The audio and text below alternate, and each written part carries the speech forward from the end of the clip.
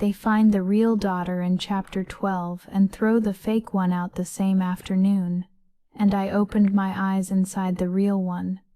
The comments had waited 11 chapters for it, and I had already decided not to do it. They were already carrying her cases down.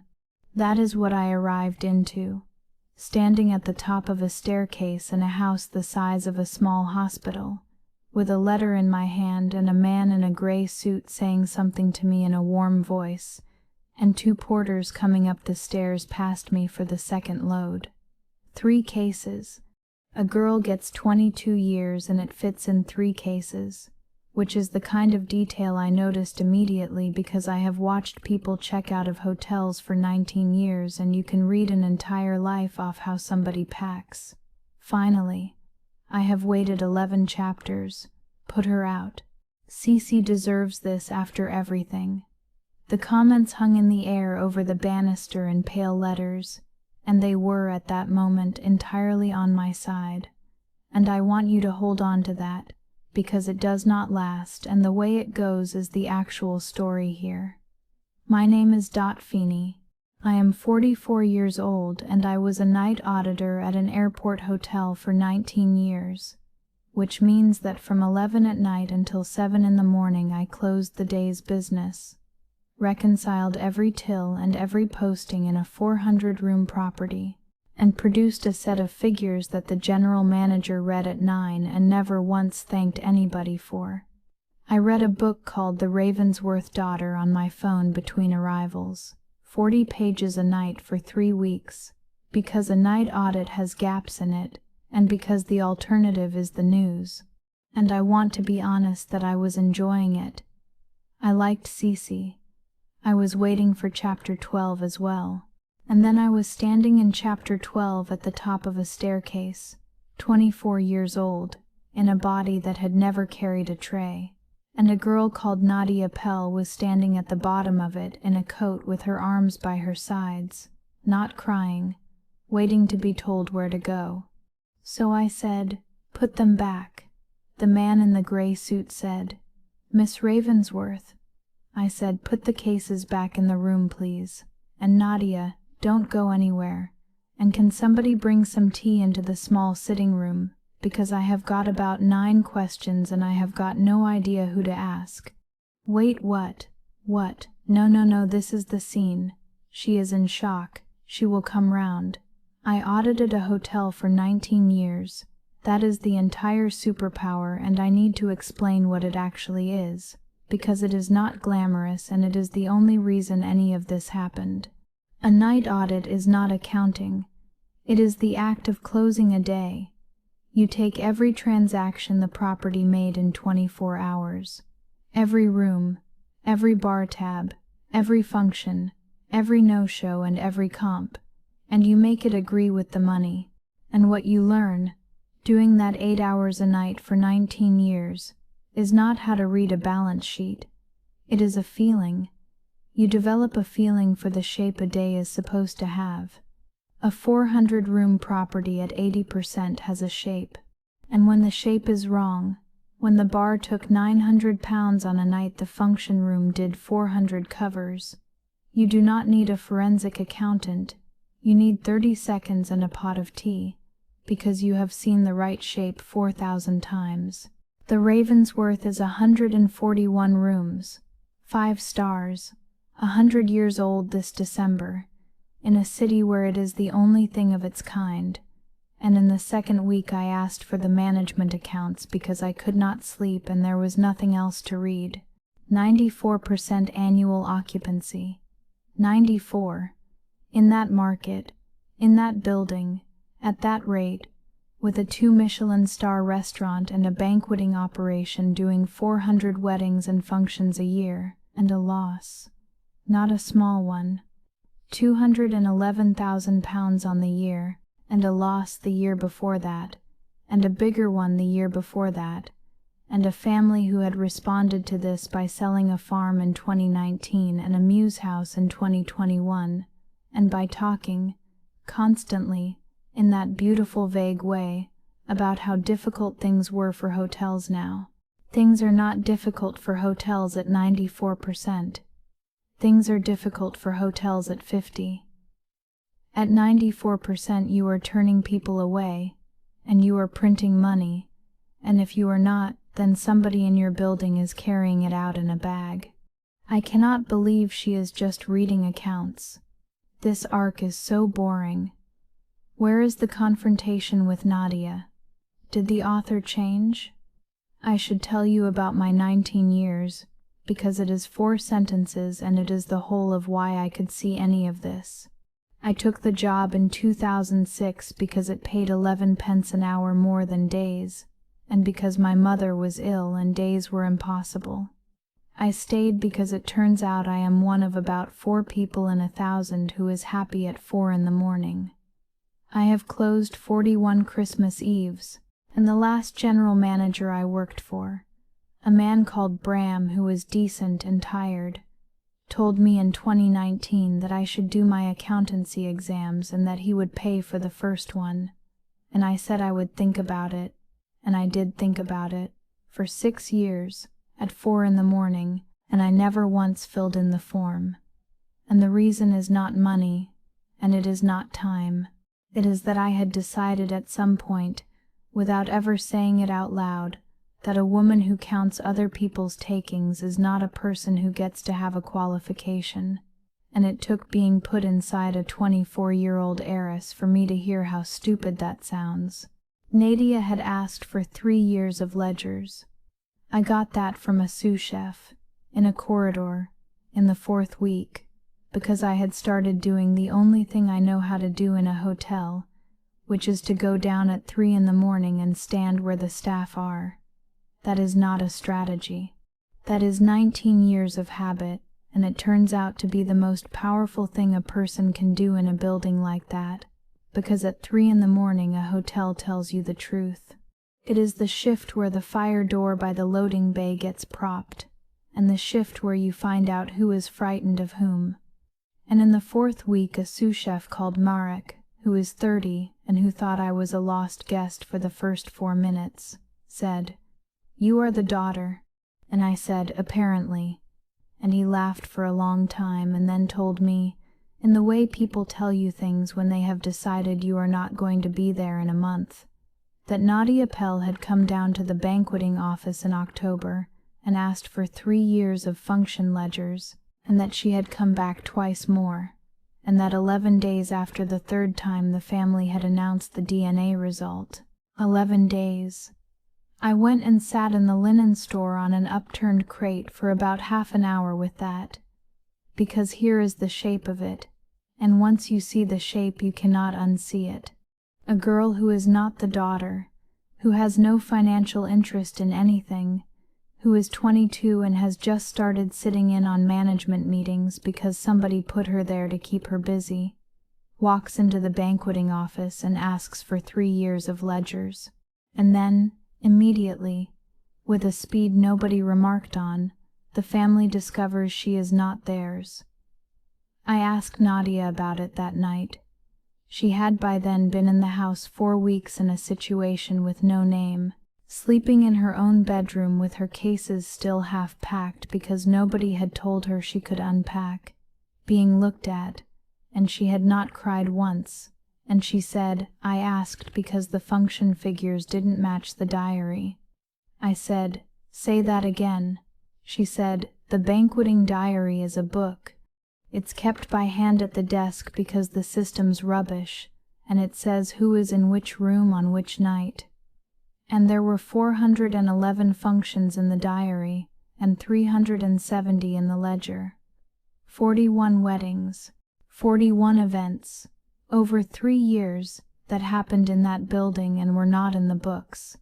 And a 22-year-old had counted them by hand, out of a diary, with a pen, because she was bored, and because nobody had ever thought to make her useful. And the comments, which had been sulking at me for a month, said the thing that told me exactly what I was dealing with. Nadia is obviously making this up to stay in the house. Classic. Cece is too soft, she always was. Douglas Sarre has managed the Ravensworth for 31 years. He is 63 and he is the best hotelier I have ever watched work. And I mean that without any irony at all. And it is important. He knows the name of every regular and the drink of every regular's wife. He can turn a room in 11 minutes. He held that building through 2 recessions and a pandemic, and he has been given an award by a body that gives them out sparingly. In the novel he is furniture. He appears in 6 scenes and he brings things in on trays. And in real life, which is what that place had become to me by about the 6th week, he was the only person in the building who never once asked me a question. Everybody asked me questions. The staff asked, the family asked, the man who did the flowers asked. Douglas Sarre had 31 years and a girl had appeared out of nowhere and been declared the heir to the place he had run since before she was born. And he was warm, and he was correct, and he never asked me one single thing about myself, and by week 6 that had started to sit on me like weather. So I did what you do on a night audit when a number will not behave, which is that I stopped looking at the number and went and got the source document. It took me until November, and it took 3 things. First, the 2 companies. The banqueting supply and the linen contracts run through 2 limited companies, and both are registered, and registration is public and free, and one of them was incorporated in 2011 and lists a director's correspondence address, that is a house in the suburbs, and the other was incorporated in 2016 with the same address, and the director of both, on the public record, in a search anybody can do in 4 minutes, is Rosalind Sarre, who is his wife. Second, the 41 functions. I went at the diary myself, all 3 years, at night, in the banqueting office, with Nadia, on 4 consecutive nights, and we found 43, not 41, and every single one of them was a private function of between 80 and 200 covers, and every single one of them was invoiced, because I found the invoice books, and every single invoice went to a client and none of them went to a ledger. £2.6 million across 9 years, once we could see the pattern well enough to go backward. And third, the thing that stopped my heart in the middle of the night in a banqueting office in a borrowed body, the laboratory invoice, because there had been a DNA test, and a DNA test has a bill, and the bill was in the house accounts, and it was not paid by the family. It was paid by the hotel, out of the general manager's discretionary account, on the 9th of October, which was 6 days after Nadia Pell walked into the banqueting office and asked for 3 years of ledgers for the first time. They came at me in November, and it was gentle, and it was nearly the end of it. Fitz first, which is how you know it was planned by somebody else, because Fitz Ravensworth has never planned anything in his life. He found me in the library and did the loud version, which was that I had been in that building 9 weeks and was already behaving as though I owned it, and that the staff were talking, and that it was humiliating for the family to have their daughter eating in the staff canteen at 3 in the morning like she was checking up on them. I said I was not checking up on them, I was learning the property. He said, "You're 24. I said, "So was Nadia." And he went the color that told me the rest of it was coming from somewhere else.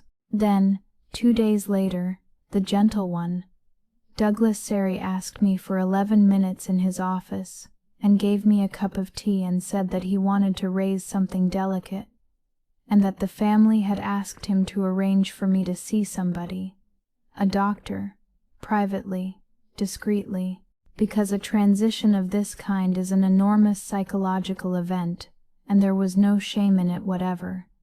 And he was so kind. That is the thing I need you to understand about him, and it is the thing the novel never once notices about anybody. He was genuinely, professionally, 31 years kind, and he sat there and offered to have me assessed 11 days after I started asking about the banqueting diary, in exactly the tone he would use to offer a guest a later checkout. I said I would think about it. Then I went down to the basement and photographed 9 years of invoice books over 4 nights, because the offer of a doctor is a clock, and I have never in my life been given a clearer instruction about how much time I had left. Ottilie sat on the end of the bed. That is my mother in this life, Ottilie Ravensworth, 59, who lost a baby in a hospital corridor in a way that was nobody's fault and everybody's tragedy, and who got her back 22 years later, and who has spent every day since telling everybody in the county what that is like. She came in on the night of the 11th of December, 3 days before the ball, and sat on the end of the bed, and she was so beautiful about it that I nearly forgot what I was doing. She said, "I know you think I'm foolish." She said, "I have 22 years of Christmases I did not have. I have a photograph of a girl in a school uniform who is not you, and I loved her. I did love her. And every time I look at her now I feel it curdle. And I hate that.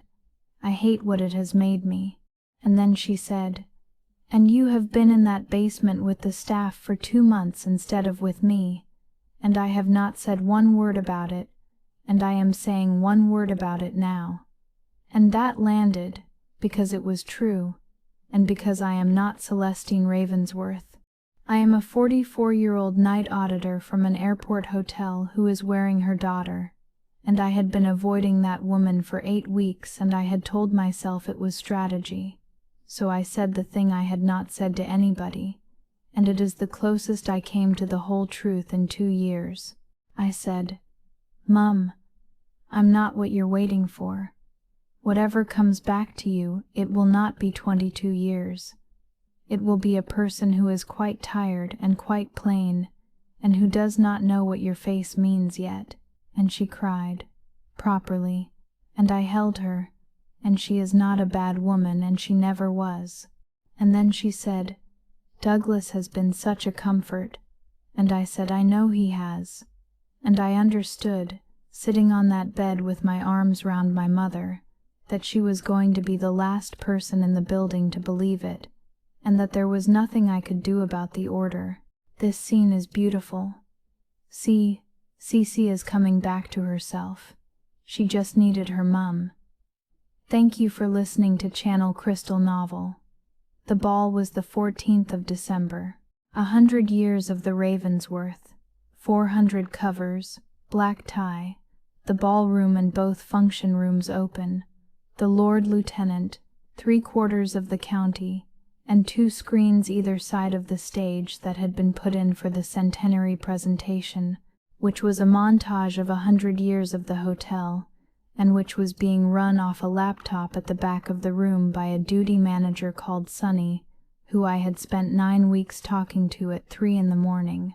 Douglas Sarre made a speech at 9 o'clock, and it was, and I will say this until I die, genuinely wonderful. 31 years of it. Names of dead porters. A story about a flood in 1998 that had 400 people laughing, and about 9 of them crying. And when he finished I went up with a folder, and Sonny put the first document on both screens, and I did it in order, the way you close a day. First the management accounts, 94% occupancy, 3 years of losses, on the screen, at the size of a car.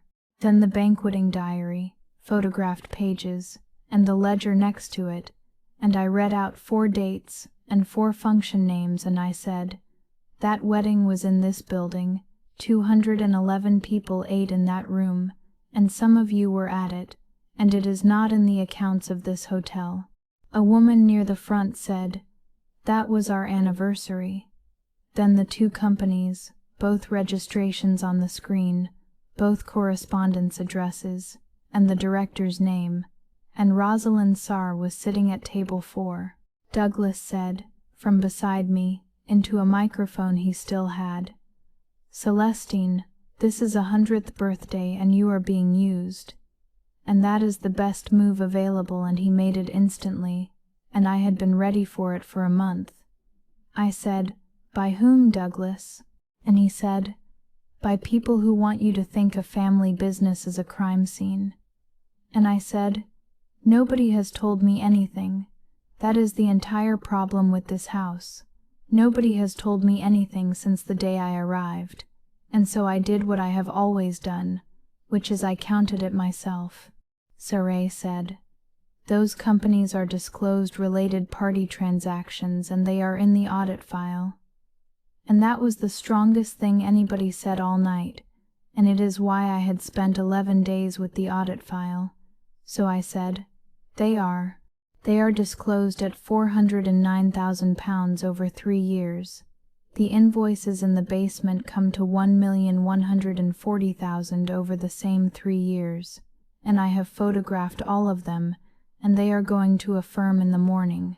Being disclosed is not the same as being disclosed accurately, and you know that better than anybody in this room, because you signed the letter of representation. A man at table 9, who I later found out is a retired auditor, said, "Oh, Douglas," in the saddest voice I have ever heard from a stranger.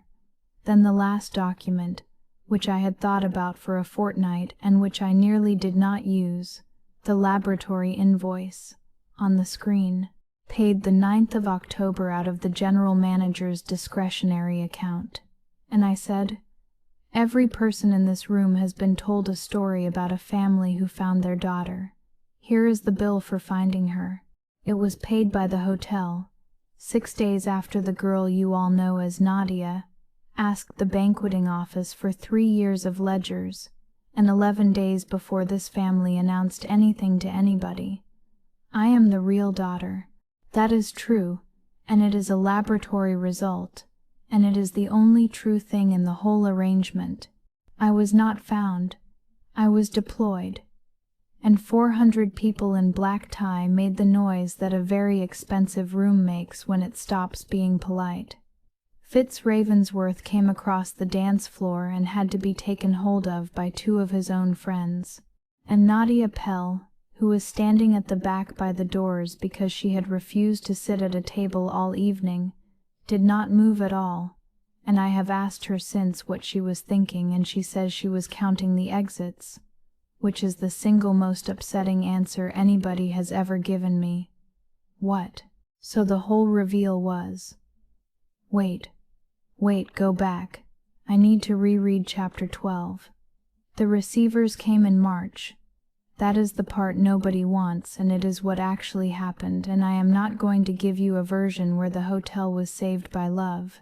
Douglas Sarre was arrested on the 18th of December, charged in the spring, and pleaded to fraud by abuse of position and false accounting in the autumn of the following year, and got 4 years and 4 months, and the confiscation proceedings ran for another 3, and the recovered figure was £890,000 against a fraud of £2.6 million, because 9 years of money does not sit in a box waiting for you. It becomes a boat, and 2 educations and a house in Portugal. Rosalind Sarre was charged and acquitted, and I have no view on that I am willing to say out loud. The hotel could not survive the whole. That is arithmetic and not drama. 2.6 million gone. A bank facility that had been extended twice on figures that were not real.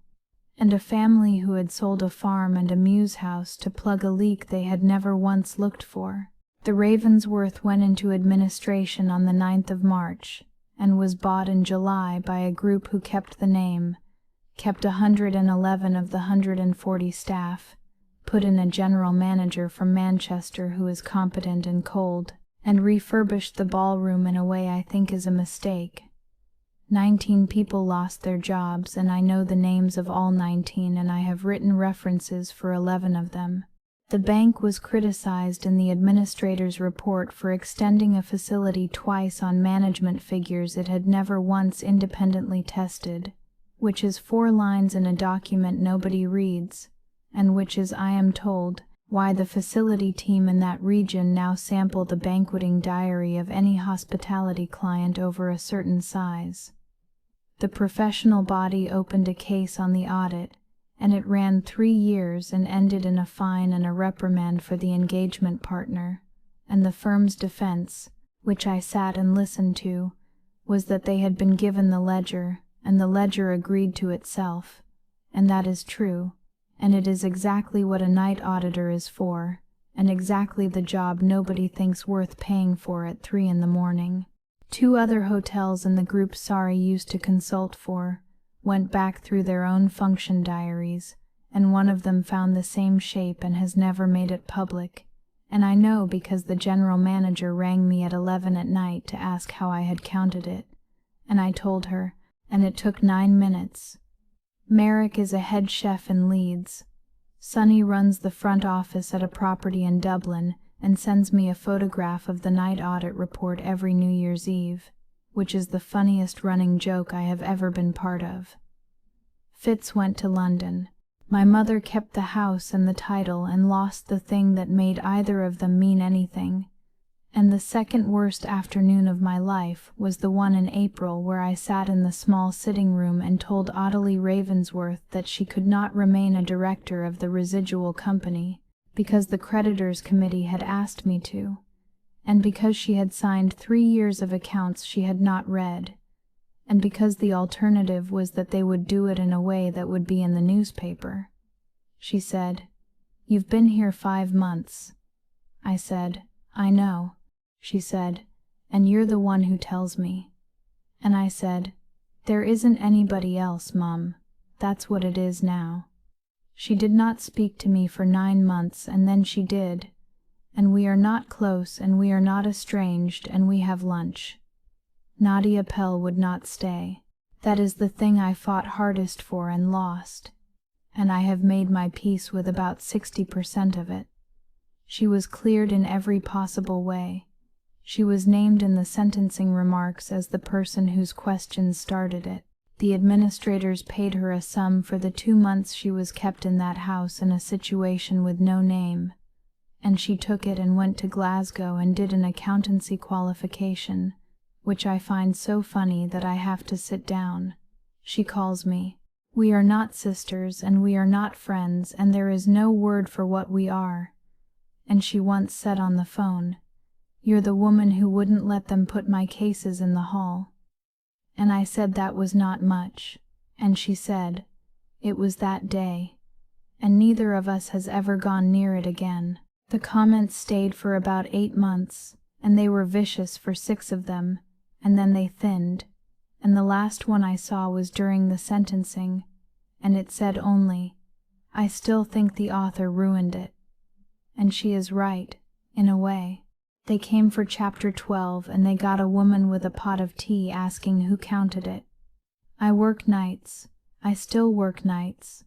I am a director of the residual company, and I have a desk, and it is a job with a title on it, and twice a week I go and sit on the night audit at a property outside the city where they let me, off the books, for nothing, because I cannot sleep and because that is where a building tells you the truth. So here is what I want to know from you, since you have been reading over my shoulder, which I now know from the inside is not a comfortable thing to have done to you. Did she go far enough, or was she still too merciful? Comment justice if the ending was perfect. Comment harder if you wanted an even colder revenge. Your comments decide how ruthless the next ending should be. Like and subscribe if you want to be here for the next